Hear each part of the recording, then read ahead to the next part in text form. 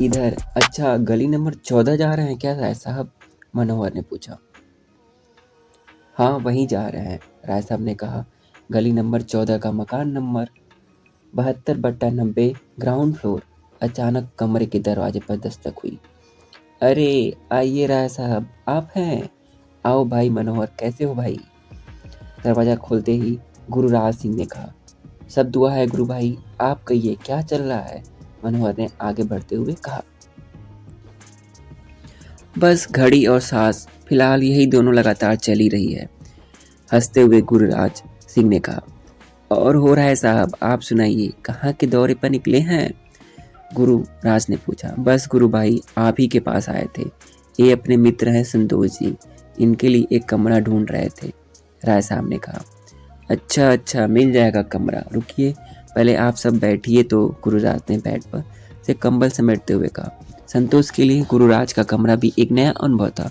उसने देखा 3 रैक पर खूब सारी किताबें ठूस के रखी हुई थी। एक बड़े टेबल पर लैंप रखा था, उस पर कुछ पत्रिकाएं और 2 कापी पड़ी हुई थी। टेबल के नीचे एक म्यूजिक सिस्टम जिसमें आबिदा परवीन की गजल धीमी आवाज में बज रही थी। एक कोने में छोटी चौकी पर देवताओं की तस्वीर रखी हुई थी। तकिए के पास सिगरेट का डिब्बा ऐसे रखा हुआ था जैसे दमे का मरीज हमेशा अपने सिरहाने सांस फूलने की टेबलेट रखता हो। दीवार पर बस विश्व का एक नक्शा चिपका हुआ था। नीचे चटाई पर अल्बेयर कामू की द रिवेल के पन्ने उल्टे पड़े थे।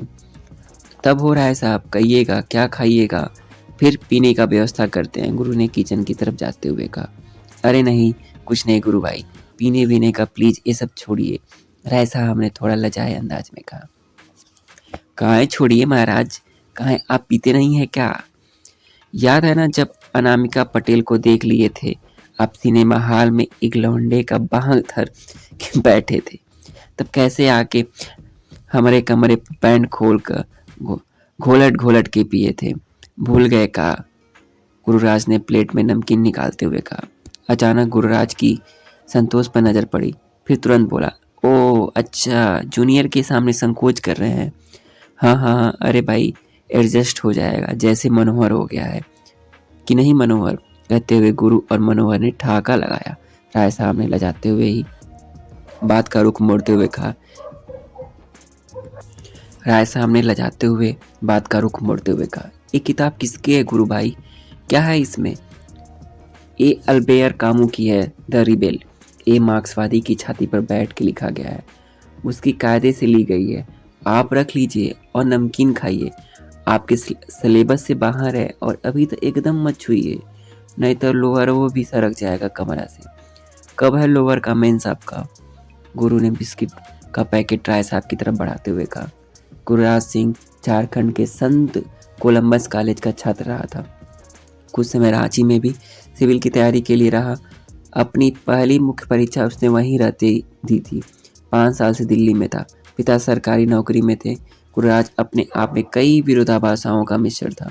दुनिया दाएं चले तो वह बाएं चलता था। आईएएस की तैयारी के लिए लिहाज से वह उतना पढ़ चुका था कि जितने की जरूरत नहीं थी। दुनिया को अपनी दृष्टि से देखता था, बिना हिचक अपनी बात कह भी देता था। कुछ लोग उसे अक्खड़ और दम्भी कहते थे, पर मूलतः वह साहसी था। मुखर्जी नगर में के बौद्धिक वर्ग के लिए वह एक बिगड़ैल आदमी था।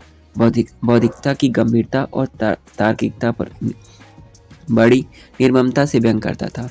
बुद्धिजीवी वर्ग इस शब्द को वह एक गंभीर फुहड़पन कहता था। दारू और किताब उसके 2 प्रिय साथी थे। काम भर का धार्मिक भी था और ज्योतिषी का इल्म भी पा रखा था उसने। अब तक आईएएस में असफल था। पिता दशरथ सिंह उसे अपने जीवन की सबसे बड़ी समस्या कहते थे, पर गुरुराज के लिए उसके पिता ही उसके जीवन दर्शन के गुरु थे।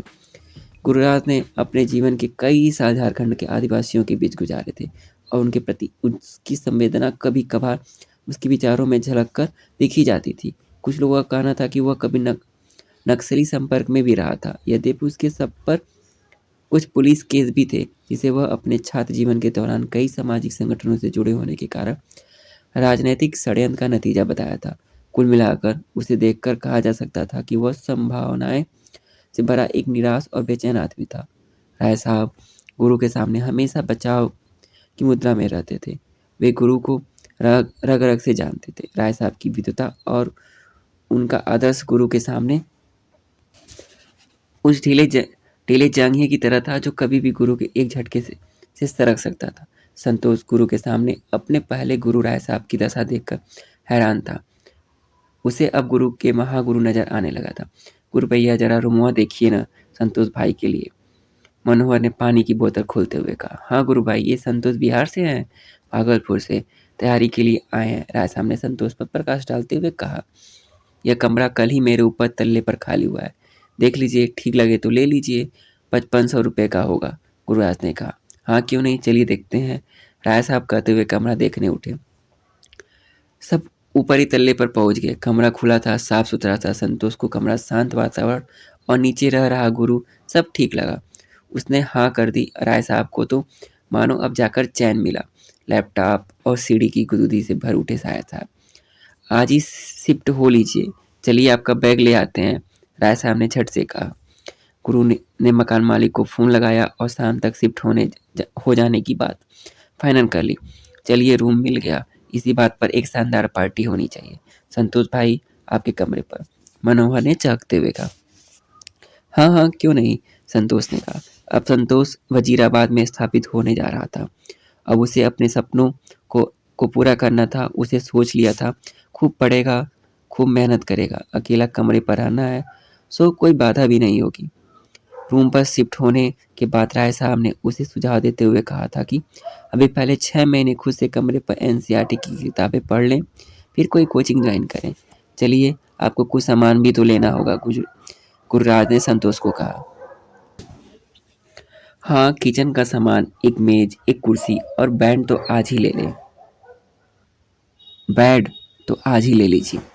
उसके बाद धीरे धीरे और भी जरूरी सामान लेते रहिएगा, मनोहर ने एक कुशल गृहस्थ की बात सुझाव देते हुए कहा।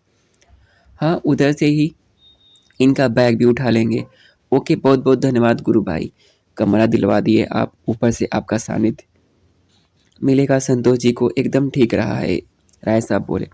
थैंक यू गुरु भाई, संतोष ने भी कहा। सुनिए, गुरु को थैंक यू बोलने से काम नहीं चलता। गुरु को थैंक्स का मतलब होता है कि कुछ रंग बिरंगा पानी बरसाना चाहिए, हंसते हुए मनोहर ने कहा। नहीं यार संतोष, तुम भाई जाओ, अपना सामान खरीद जल्दी एडजस्ट हो जाओ। ये मनोहर साला ऐसे ही मजाक कर रहा है, गुरु ने संतोष से कहा। पर संतोष भी हृदय से धन्यवाद देना चाहता था और मनोहर ने इशारों में वह तरीका बता दिया था। ठीक है, मेरे तरफ से प्लीज कमरे पर एक पार्टी रहेगा, शाम को जल्दी आ जाइएगा आप लोग, संतोष ने सबको आमंत्रित करते हुए कहा। ओहो, बहुत बढ़िया संतोष भाई, ओके चलिए अब कैंप चलते हैं, वही मिलेगा बेड, मेज और कुर्सी बढ़िया वाला, खुशी से भरे मनोहर ने कहा। गुरु से विदा लेकर तीनों अब किंग्सवे कैंप के मार्केट पहुंच चुके थे। ऑटो से उतरते ही राय साहब ने कहा, एक लिस्ट बना लीजिए सामान का। अरे लिस्ट का बनाना है, चलिए फटाक से एक बेड, चेयर और टेबल लीजिए पहले, मनोहर ने सरदार फर्नीचर की दुकान की तरफ बढ़ते हुए कहा।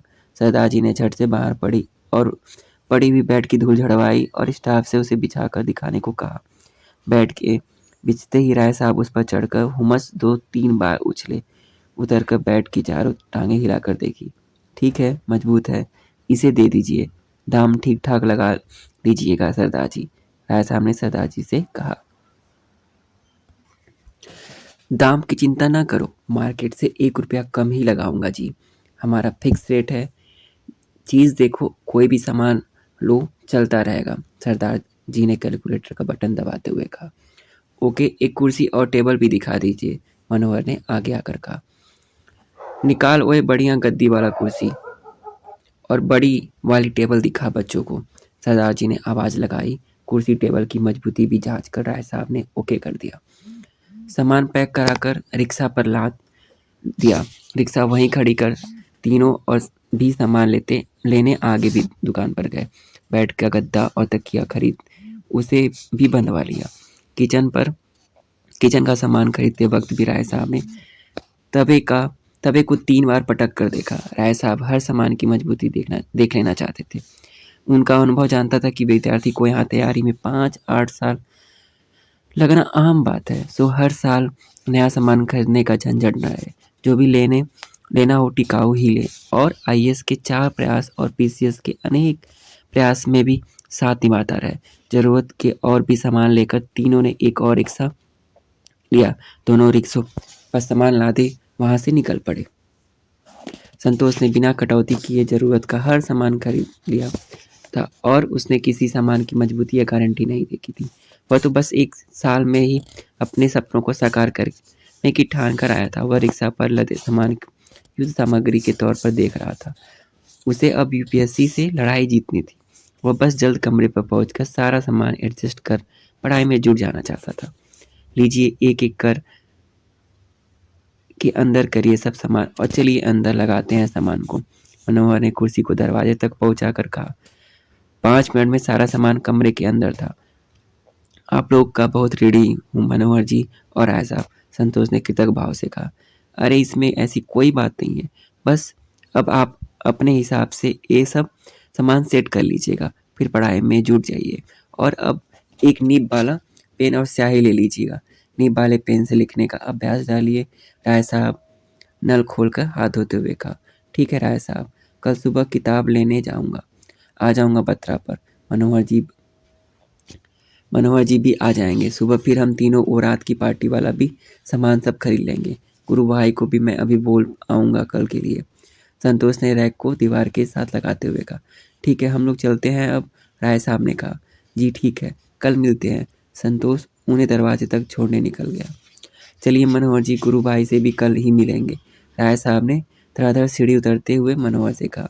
हाँ महाराज, आप इतना हड़बड़ी में हैं, आज सीढ़ी चलेगा, कहा खूब। मनोहर ठहाका मारकर हंसा। राय साहब भी गुदगुदा गए।